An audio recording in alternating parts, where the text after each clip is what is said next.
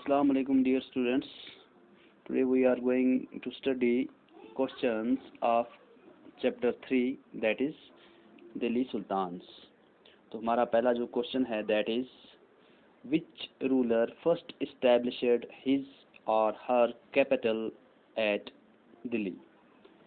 तो दिल्ली सल्तनत में सबसे पहला कौन सा रूलर ऐसा था जिसने अपनी कैपिटल वहाँ पे इस्टेब्लिश की, तो उसका नाम था अनंगापाला तोमर्स।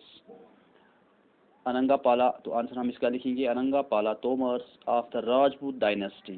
तो ये किस डायनेस्टी का था? राजपूत डायनेस्टी का।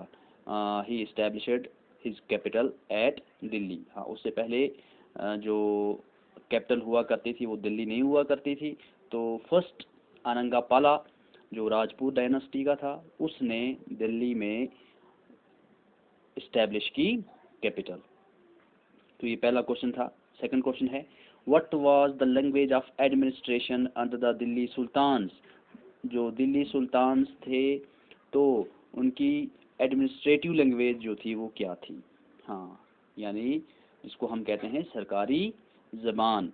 तो वो लैंग्वेज जो इस्तेमाल करते थे एडमिनिस्ट्रेटिव पर्पज़ के लिए या एडमिनिस्ट्रेशन के अंडर जो लैंग्वेज आती थी, लैंग्वेज ऑफ एडमिनिस्ट्रेशन जो थी दैट वाज पर्शियन। हाँ, तो पर्शियन जो थी दिल्ली सल्तनत में, दिल्ली सुल्तान्स जो हैं वो एडमिनिस्ट्रेशन, लैंग्वेज ऑफ एडमिनिस्ट्रेशन जो है वो कौन सी थी? पर्शियन। नेक्स्ट हमारा क्वेश्चन है in whose reign did the sultanate reach its farthest extent. हाँ, किसके दौरे हुकूमत में, हुज रीन किसके दौरे हुकूमत में कि ये दिल्ली सल्तनत जो है ये दूर दूर तक फैली, सबसे ज़्यादा फैली, इसका फैलाव जो था वो सबसे ज़्यादा किसके दौरे हुकूमत में था? तो इसका आंसर आएगा during the reign of Mohammad Tughlaq the सल्तनत reached it's farthest extent and had marched across a large part of the subcontinent. They defeated the rival armies and seized several cities.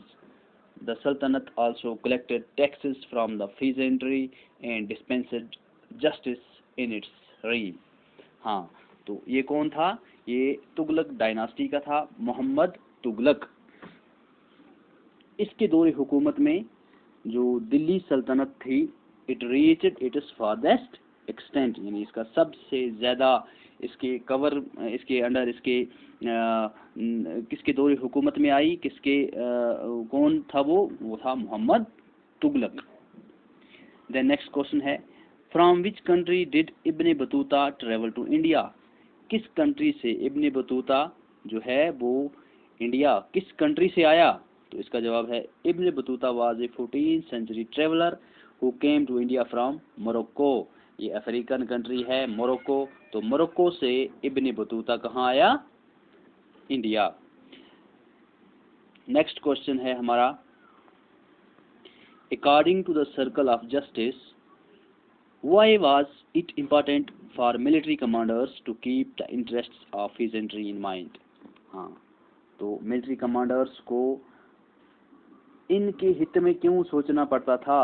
जो जिम्मेदार थे, पीजेंट्स थे, तो उनके बारे में क्यों सोचना पड़ता था? सर्कल ऑफ जस्टिस के अकॉर्डिंग इनको इनके बारे में क्यों इनके इंटरेस्ट्स को, इनके मामलात को मद्देनज़र क्यों रखना पड़ता था?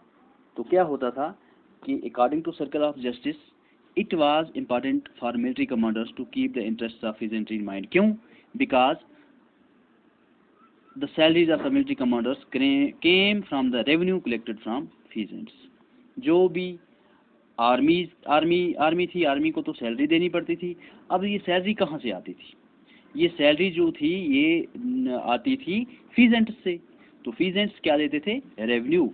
हाँ, लेकिन but the peasants were able to पे दियर revenue only when they were prosperous and happy.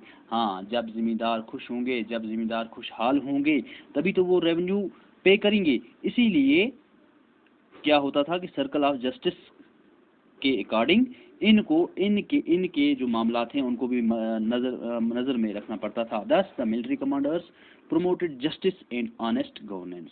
हाँ, तो इसीलिए जो मिलिट्री कमांडर्स थे तो उनको पीजेंट्री फिजेंट्स जो है उनके इंटरेस्ट्स को अपने दिमाग में रखना पड़ता था, उनके बारे में सोचना पड़ता था, उनको जस्टिस देनी पड़ती थी और ऑनेस्ट गवर्नेंस करनी पड़ती थी, तभी जाके क्योंकि उनसे फिर रेवेन्यू कलेक्ट कर सकते थे। जब ज़मींदार जो है वो खुशहाल होगा, जब ज़मींदार खुशहाल होता और वो खुश होता, हैप्पी होता, तब ही वो रेवेन्यू पे कर सकता था। तो इसीलिए अब उस रेवेन्यू से जो बादशाह थे वो क्या करते थे, वो पे करते थे, या कमांडर्स जो थे वो क्या पे करते थे, उनको सैलरीज, जो मिलिट्री कमांडर्स की सैलरी थी या आर्मी की जो सैलरी हुआ करती थी वो उसी रेवेन्यू से निकलती थी। तो इसीलिए इनको ये इनके इंटरेस्ट भी नज़र में रखने पड़ते थे। तो ये थे हमारे कुछ क्वेश्चंस। तो मिलते हैं कुछ और क्वेश्चंस के साथ, तब तक के लिए खुदा हाफिज़।